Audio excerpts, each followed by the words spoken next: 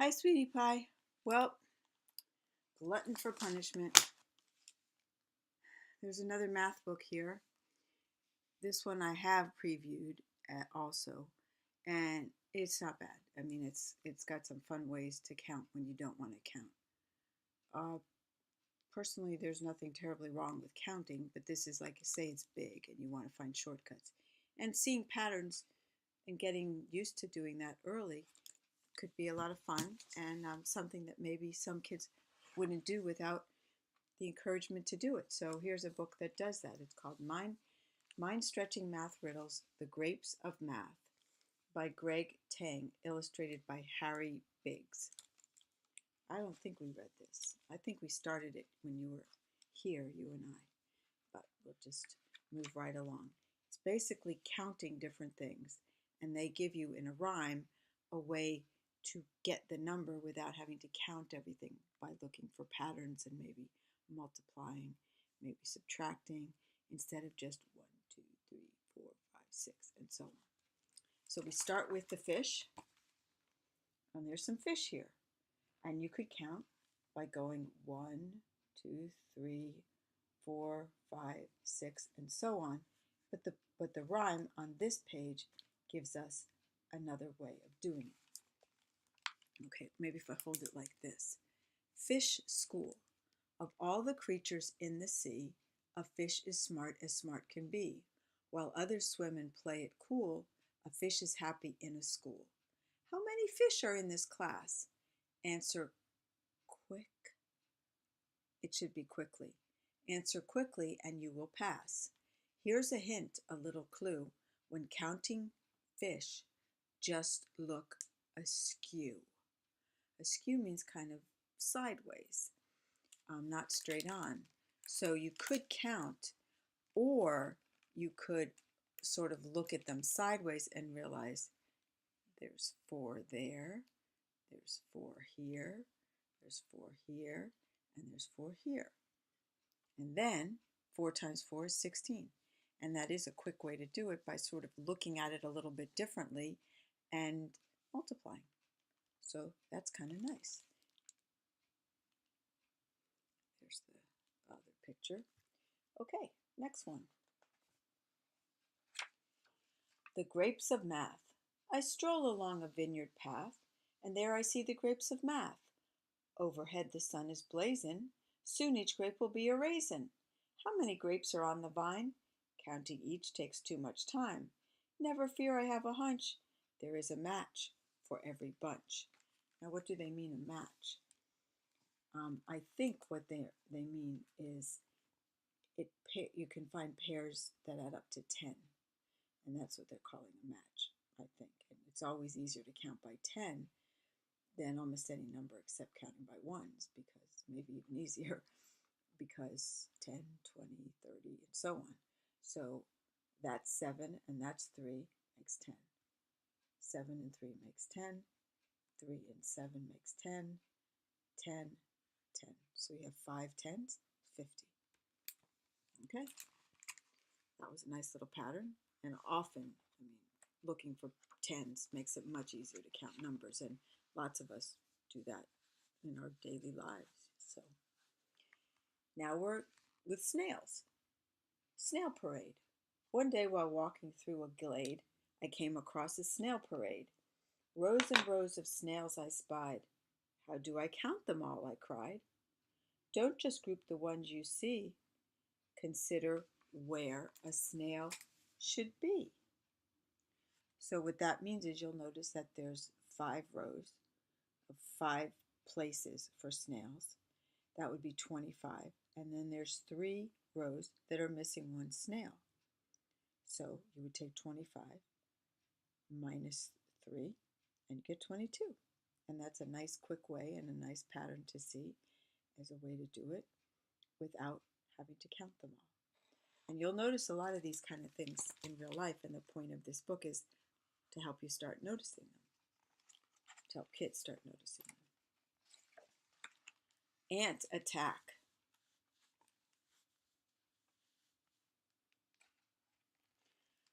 It's a picnic, the ants all scream. How many ants are in this scene?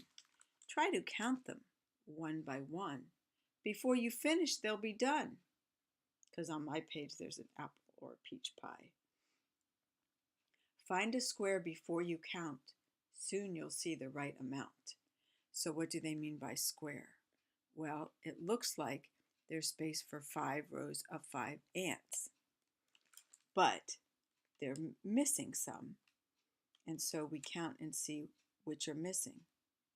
Well, I only see one missing. 5, 5, 5, and 4. So instead of 5 times 4, which would be 20, there's one missing in the second row. So that would be 19. And the apple pie is saved because we counted, and somehow that saves the pie. 1 hump or 2. Rugged camels on the go. Oh, I'm not showing you the camels. So sorry. Rugged camels on the go. Their humps are filled with H2O. That's a symbol for water. They trek around all day for fun. Some have 2 humps, others 1. Can you add the humps you see? Don't just count them 1, 2, 3.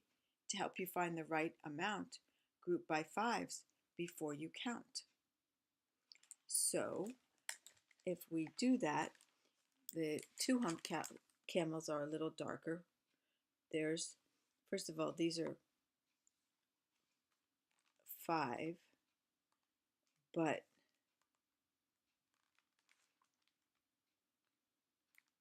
oh, okay. So there's 5. One way to do that is there's 3 rows of 5. That's 15. And so that would be 15 times 2 is 30, except there's 1, 2, 3, 4, 5 that only have 1. So we'd subtract 5 because we counted those as having 2, but they only have 1. So that's one way to do this. 30 minus 5 is 25.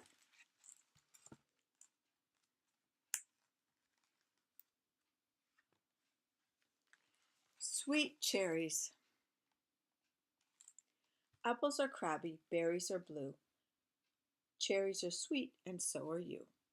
How many cherries do you see? Please don't count them separately. Pare the cherries bunch by bunch. Add them quickly before their lunch. Okay. Well, it looks like there's 5 and 5 on the 2 top. And then 3 and, what do they mean? Add them. Pair them bunch by bunch.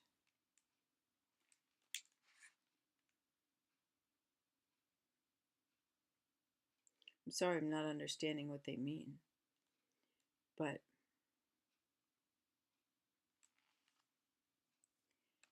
5 and 5 is 10. 3 and 7 is 10. And 4 and 6 is 10. So they're paired up to equal 10, which really the text should have said that, because that's not what pairing means. It doesn't mean finding a pair that equals 10 unless you say that. That's what we did, and so we found 3 pairs that total 10, which is 30. Okay, that's good. Oh, and this is the Lincoln Memorial with the cherry blossoms, which we happen to live near. So that's all for now with that book, and we're just going to do, if the poems are here, I thought I'd read you a poem. There's one.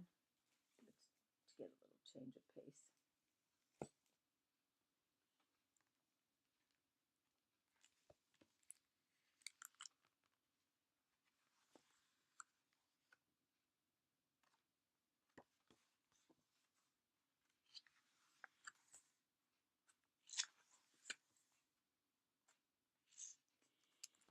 The Invisible Swine.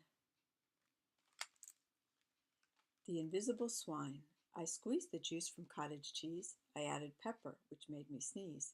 Pickle juice, some chicken necks, 1 tablespoon of element X. I drank it down. It was soon apparent I wasn't there. I was transparent. I loved to play all kinds of tricks, like scaring friends with floating bricks, or wearing pants or underwear to make it seem they walked on air. I rattled doors and cooking pots, then tied the bath towels into knots. No one wants to come and play. They've packed their bags and gone away. So I sit here in this empty place. I have no friends. I miss my face. He's invisible. Okay, little guy, well, that was some good reading and some not so good reading, but we'll move on to better books tomorrow, and we'll go back and do the math book in little bits and doses another time. I love you, little guy. I'm sorry I look so disheveled. Not sure why. Must be the night. I'm not sure. I've got a really good book for your mom called Cool Time Song about the heat of the jungle or the desert or wherever it takes place. It's a wonderful book. I remember liking it. I think I read it when you were here, and but for some reason I don't think she heard it. But anyway, she will. So I love you, little guy. Sleep well. Okay, bye bye.